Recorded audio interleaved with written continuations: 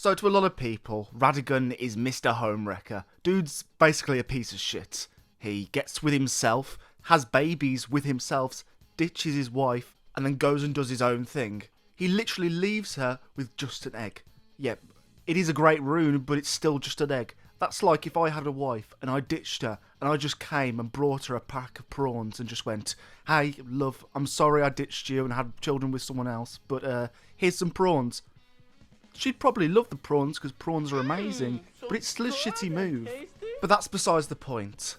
In my opinion, there is a lot of evidence inside of Elden Ring that suggests that actions we blame on Marika might actually be Radagon's. This is a topic that I am really excited to talk about. So if you do end up enjoying, please consider leaving a like and subscribe as it greatly helps the channel. Without any further dilly-daddling, please sit back, relax, grab some succulent, juicy, tender and sensational Christmas prawn cocktails if you want, and enjoy.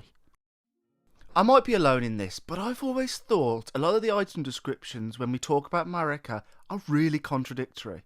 For example, on one hand, it says she loved Mesmer. She tried to help him and his affliction, but it failed.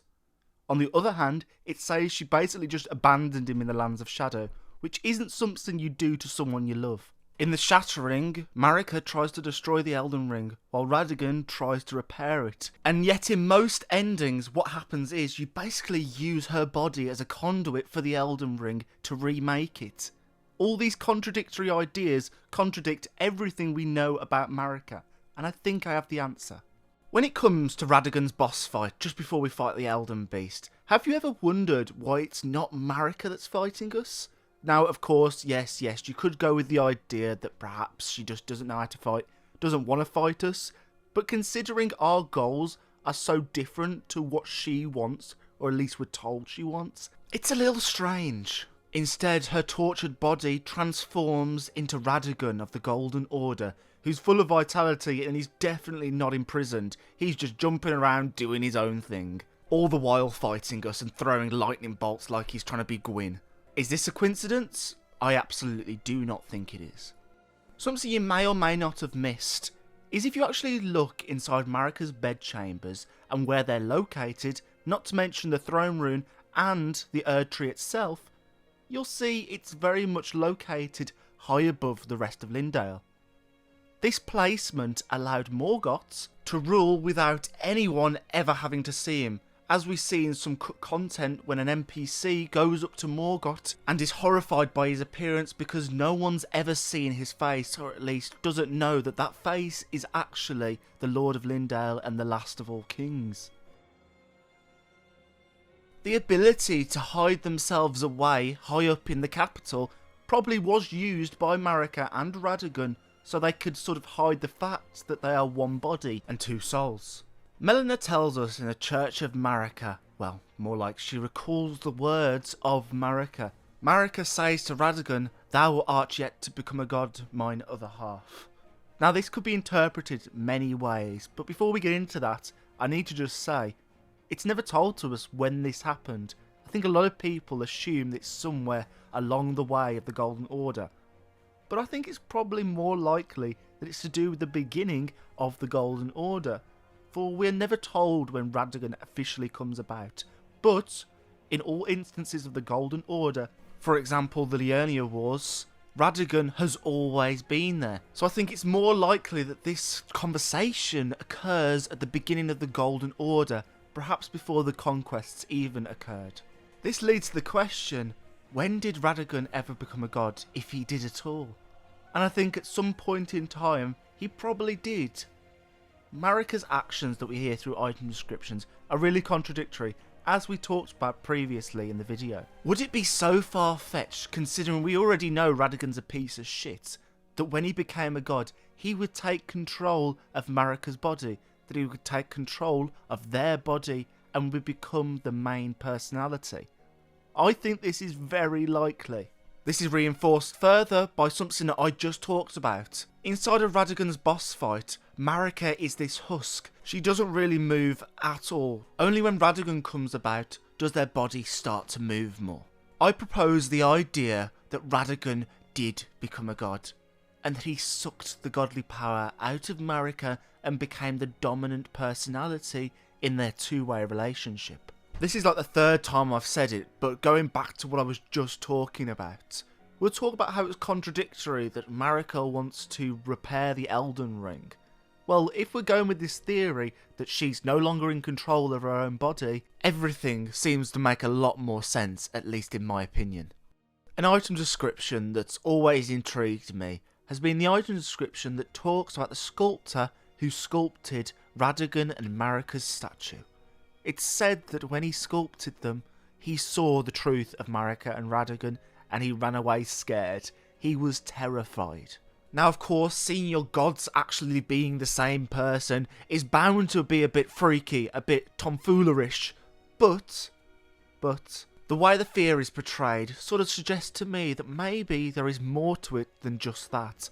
Maybe he saw something else when he was sculpting them. What if, while sculpting Marika, he saw the husk which was her body? A lot of people took this as the other half bit. But what if this is actually suggesting that Radagon is Marika, that Marika is no more, and that Marika is just a front? A puppet to be used for the ideals and goals of Radagon. To me, this makes so much sense, and it goes back to that sort of storytelling that we come to expect from Software. This dark, gritty, manipulative fantasy setting that we all love. The statue of Marika and Radagon looks just as old as the rest of Linda, which suggests to me that it's been there a very, very long time. Possibly since the very construction of the city.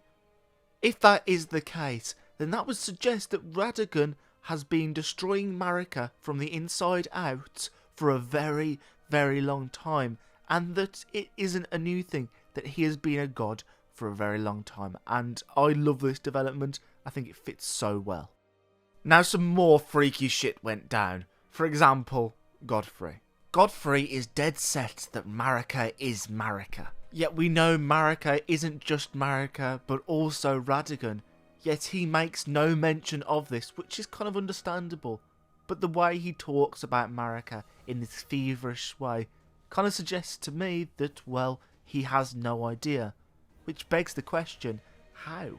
During the Shattering Wars, when Godric fled the capital, he took with him a lot of jewels and goods of the Golden Order, one of those being the Mimic Veil, which was Marika's herself. We're never told exactly what she used it for, except for its little title, Marika's Mischief. If we go with the theory that Godfrey doesn't know Marika is also Radagon, and that he's actually been doing the bum-bums, then it suggests Radagon may or may not have used this Mimic Veil to conceal himself. Sound a bit familiar? We are told that Marika sealed the Lands of Shadow from the Lands Between. Concealed and sealed basically mean relatively the same thing. Perhaps the sealing of the Lands of Shadow was in fact just a big-scale Mimic Veil. The next part is a little bit crazy, but I am a big fan, and I believe it solves a lot of questions we've had about certain parts of Elden Ring's story. Ranni wants to separate herself from the Greater Will, from the Golden Order. Rykard wants to devour the gods together, and yet Tanith talks about the Golden Order's dogmatic ways, about how they hate the Golden Order. Yeah guys, let's just go fuck the Golden Order. Those guys are absolute wankers. That's basically what Tanith said, quoting. Yet we're only told vague answers why they hate the Golden Order so much. In Rykard's case, it's very unclear. In Ranni's case, she wants to be free from the Two Fingers and the Golden Order. But I think there's another way you could interpret this. Radagon is Ranni and Rykard's father, along with Radahn. Given the fact that Radagon leaves Rennala, it makes it seem like at some point, for a big chunk of time, they were together and that they helped raise the children.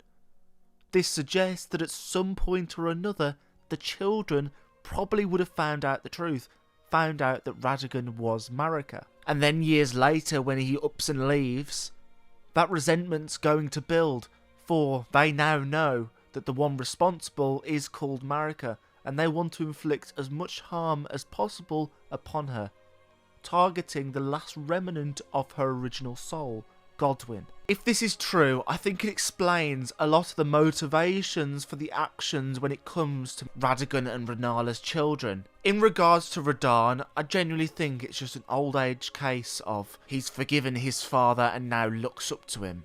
Of course, this is all speculation, but I do feel there's quite a lot of evidence that suggests this might actually be the case.